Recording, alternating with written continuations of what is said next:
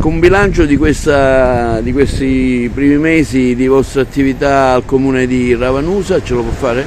Sì, assolutamente sì, sono stati mesi molto intensi, entusiasmanti per certi aspetti e anche difficili, devo dire. Siamo partiti con un po' di svantaggio per via della questione legata all'esplosione che purtroppo si è verificata a Ravanusa, come tutti sappiamo, l'11 dicembre 2021.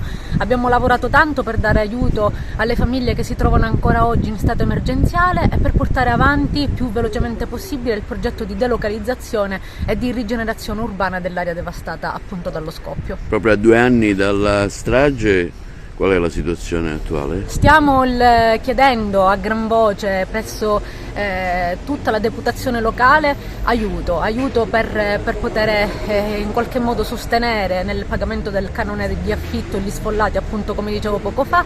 Abbiamo chiesto aiuto alla deputazione locale nella persona soprattutto dell'onorevole Savarino. Abbiamo coinvolto l'assessore regionale alle infrastrutture e alla mobilità perché ci garantiscano velocità appunto, come dire, nel decretare il finanziamento che poi ci porterà a posare la prima pietra e che ci consentirà di garantire un alloggio a queste famiglie che hanno bisogno di ritrovare la propria casa. Avete preparato un cartellone natalizio abbastanza ricco di appuntamenti per poter, diciamo, accogliere chi vuole venire a Ravanusa?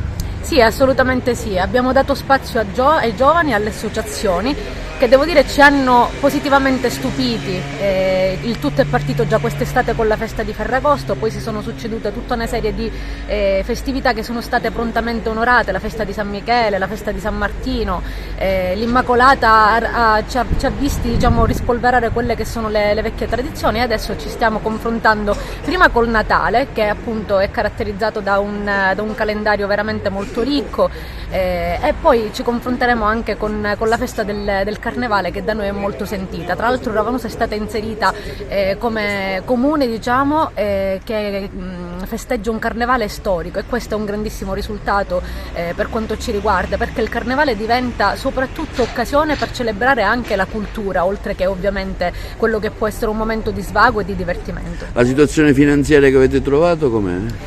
Il comune, il bilancio, diciamo, era positivo, non c'erano problemi di vuoti, però il comune ovviamente era indebitato per via di tutte quelle opere che sono state finanziate e che sono state mutuate. Tutto qua.